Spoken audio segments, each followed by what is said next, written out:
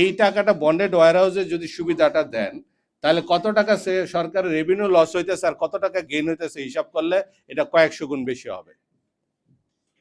সুতরাং এই যে আমাদের mindset, it is very important মাইন্ডসেটগুলো।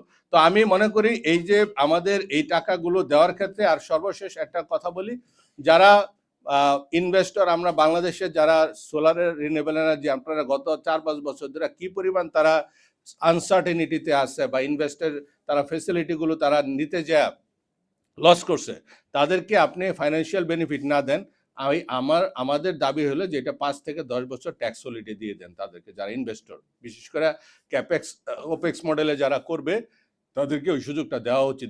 আর যারা বিএসআরির যারা আবার ছোট ছোট ইনভেস্টর আছে তাদেরকে সেই ধরনের সুযোগ, 1 মেগাওয়াট 5 মেগাওয়াট করবে তাদেরকে একটা ট্যাক্স হলিডে দেওয়া উচিত।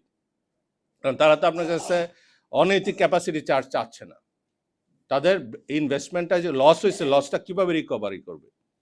হ্যাঁ, এটা কেস বাই কেস দেওয়া উচিত, সবাইকে গণহারে দেওয়া উচিত না। যারা ক্ষতিগ্রস্ত বেশি হয়েছে তাদেরকে সেইভাবে দেওয়া যেতে পারে। আমি শেষ করব আর দুইটা কথা বলে, যেটা হচ্ছে যে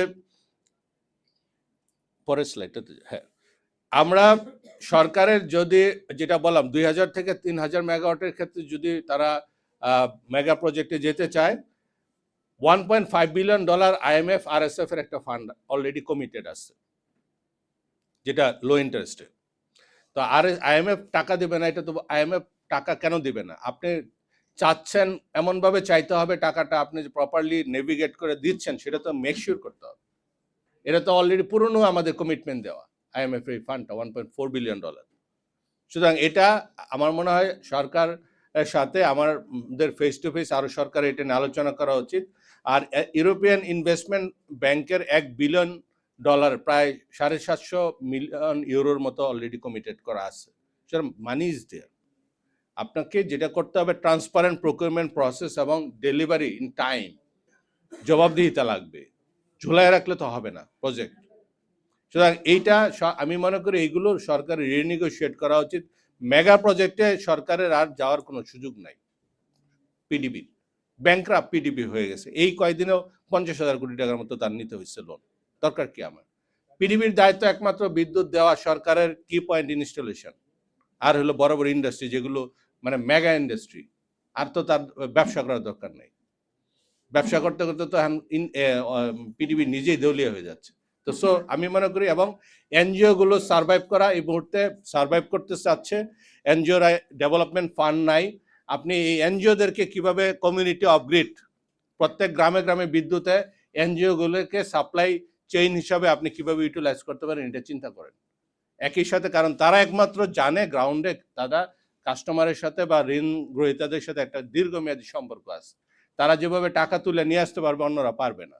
তো সুতরাং আমার মনে হয় একই সাথে এনার্জির এই প্রায় 20 বছর একটা আপগ্রেড তাদের একটা সাস্টেনেবিলিটিও এনশিওর করা সম্ভব হবে।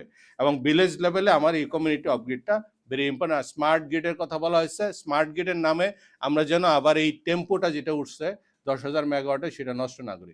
ধাপে ধাপে যে এলাকাগুলো এক্সপান্ড হবে ওই এলাকাগুলো প্রায়োরিটি বেসিস স্মার্ট গ্রিড করা উচিত। আর এই তো আর একটা কথা বলি, আমাদের যেটা বলছিলাম টাকা আসলে লোকালি অভাব আছে কিনা। আমরা একটা স্টাডি করে দেখছিলাম যে ইন্দোনেশিয়াতে আপনারা জানেন সাস্টেনেবল ফাইন্যান্সে জাকাতকে তারা ইনক্লুড করছে, ফিলান্থ্রপি ফাইন্যান্স।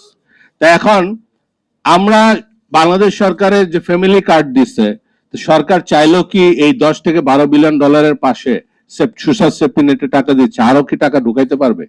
এই মুহূর্তে সম্ভব না। আমাদের চিন্তা করতে হবে এক্সিস্টিং ফান্ড যা আছে এটাকে ইউটিলাইজ করা। তো এখন যারা জাকাতকে যারা প্রাপ্য তাদেরকে কিন্তু আমরা হাউস হোল্ড লেভেলে বা মার্জিনাল এন্টারপ্রিনার হিসাবে লোকাল লেভেলে এই টাকা 20 থেকে 25% টাকা বা কাস্টমারকে কিন্তু আমরা জাকাত থেকে দিতে পারি। এবং এটার জন্য আমাদের দরকার কি, মিডল ইস্ট বেস যে বিভিন্ন জাকাত এজেন্সি আছে তাদের সাথে একটা ট্যাগ করে আমরা এটাকে কিন্তু ডিরেক্টলি, যেটা দান দক্ষিণা না দিয়ে প্রোডাক্টিভ কাজে ইউজ করার ব্যবস্থা করা যেতে পারে। আর সরকারের ব্যাংকগুলোতে ইতিমধ্যে আমরা দেখেছি প্রায় 9 বিলিয়ন টাকার মতো ডলার মতো অলরেডি পড়ে আছে। আমরা বলতেছি ব্যাংকগুলোর অবস্থা খারাপ, আবার কিছু ব্যাংকেও টাকাগুলো আইডিয়াল অবস্থা পড়ে আছে। এগুলো কিন্তু আমরা এই 10,000 মেগাওয়াটের টার্গেটে আমরা ব্যয় করতে পারি। তো আমি মনে করি যেটা হচ্ছে যে আলটিমেটলি আমাদের এই টোটাল যে বিষয়টা সরকারি ইতিমধ্যে সংসদীয় কমিটি হয়েছে, আমরা মনে করি যে পুরনো যে রোড রাস্তায় যে বাংলাদেশের জ্বালানি খাত ধ্বংসের মুখে ঠেলে দেওয়া হয়েছিল, আমরা সেই খাত থেকে ফেরার একটা সুযোগ তৈরি হয়েছে। এবং বাংলাদেশকে আমরা যদি রিয়েলি বাই 2050 সমৃদ্ধ বাংলাদেশ দেখতে চাই, এই প্রকৃতি বান্ধব আমাদের যে জ্বালানি নিরাপদ জ্বালানি আমাদের সরবরাহ, এটা ভিত্তিক আমাদের রিনিউয়েবল এনার্জি ভিত্তিক আমাদের যে জ্বালানি সার্বভৌমত্ব প্রতিষ্ঠায় মনোযোগ দেওয়ার কোনো বিকল্প নাই। এটা না দিলে আমাদের আর বাংলাদেশ আর তার যে ট্র্যাক, যে সেই ট্র্যাকে আর ফেরার কোনো সুযোগ থাকবে না। সবাইকে আন্তরিক কৃতজ্ঞতা জানাচ্ছি। আসসালামু আলাইকুম।